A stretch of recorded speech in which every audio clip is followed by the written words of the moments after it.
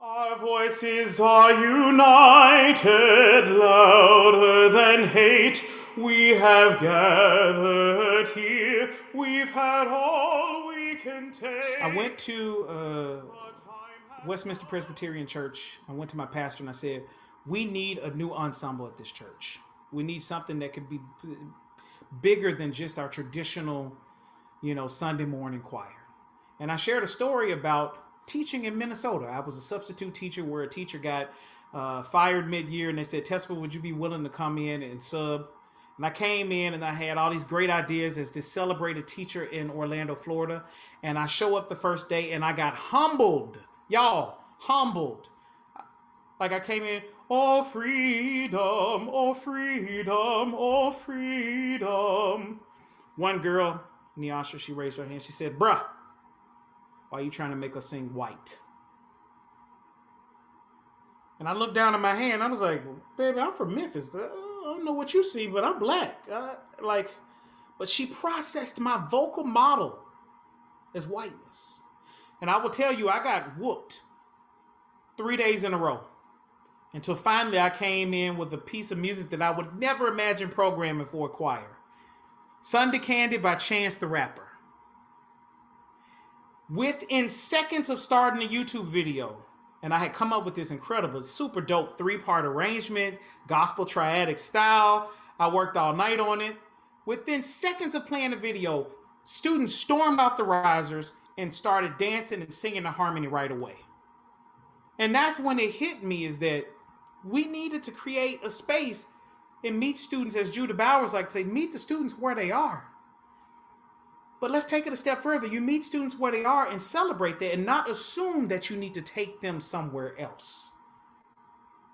And that's the thing that was so hard for me to work through, because I was like, I know this tone quality. I know these things about literacy. I know these things that I've learned. But the reality is that sometimes people just want to sing, y'all. And I'm sharing this story because I used that song, Sunday Candy by Chance the Rapper, as a carrot. I dangled it. And I taught the other stuff that we worked on. And we got a few weeks away from the concert. And I walk into the classroom and I see some students crying in the corner. I said, what happened? She said, well, Nyasha's grandmother was basically brutally killed in a drive-by shooting in North Minneapolis. And I was devastated to learn this news. And what was so heartbreaking was that we got an email from the principal later that afternoon saying, please excuse Nyasha for the remainder of the year. We want to, just pass her. I mean, this student, here I am talking about tone quality and literacy, blah, blah, blah, blah, blah. But this student's life has been shattered. There's so many students in our choirs and people in our choirs who are dealing with heartbreaking pain. And so the student doesn't come to school for weeks, and we get to the concert and we sing all of our songs, and we get to the final song. We get to the song Sunday Candy by Chance the Rapper. And I see this student sprint from the audience after not coming to school for weeks to go sing with that choir. And she went all in. She knew every dance move. She knew every word. She probably knew every harmony. And you could imagine, as an educator, standing in that moment in tears, completely in tears. I went up to her afterwards. Why did you show up? She said, Mr. One, I just wanted to sing.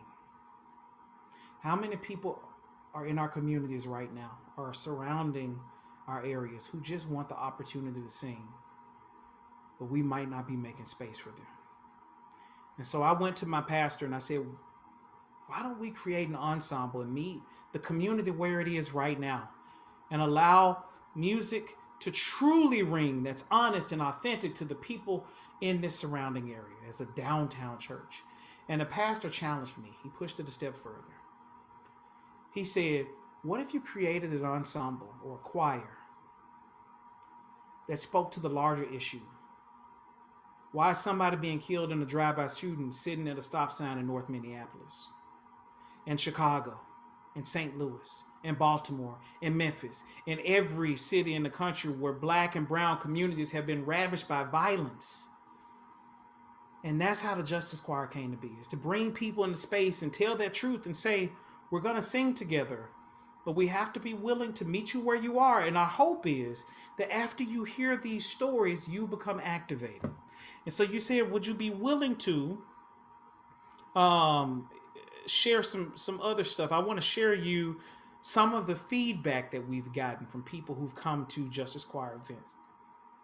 As a white woman, and the question, this is the response after a 90-minute, each event is usually 90 minutes, 70 to 90 minutes. We asked them, describe a moment of transformation that you've experienced connected to one of the songs and or discussion points from today. And this is what she said. She said, as a white woman raised in a mostly white Lutheran church, I appreciate Ms. Levy-Pound's naming of the intersectionality of race, gender, sexual orientation, and poverty. I especially appreciated her recognition that race often goes unnamed in the white church. This has been my lived experience. I was hopeful and transformed to hear the eagerness and willingness of my fellow white brothers and sisters shouting about fighting with tools. And I am hopeful that my peers will use those tools at their disposal, namely the privilege to use their voices in spaces where they will be heard and received. But we've also received feedback, and this is one from Michigan that we did. And even after that 90-minute event, this is what the woman wrote. I lived in Detroit. I was held up 3 times in less than 6 months, not for my money, but because I was white. I was taking African-American classes at Wayne State. Many black women in my class threatened to cut me from my C word to my A word. I went to a black church, and I had members tell me about how I wasn't good enough or black enough to be there. When I was young, I wanted to be black. I was so into civil rights. So was my mom. So we have 2 different reactions from these events. We have somebody who was completely activated. And there's somebody who has a lot of pain, even after singing about justice and healing for 90 minutes. That's what they wrote on a piece of paper, y'all. We have to acknowledge that people are in these places when they show up to begin this conversation. And if we're willing to gain the emotional capital by singing together, meaning when you open your mouth to sing in a space, there is capital that you are earning. There's trust that has to be in that space as you make music and harmonize with the person next to you. What the Justice Choir is asking of you, instead of walking out of there and feeling good, spend the capital in the room right then and have the difficult conversation. Allow yourself moments of discomfort, but then close it out with making music again so you feel good about it. I'm saying basically you leave where you came in, but you're also more enriched because you've been willing to spend that capital during the music making process.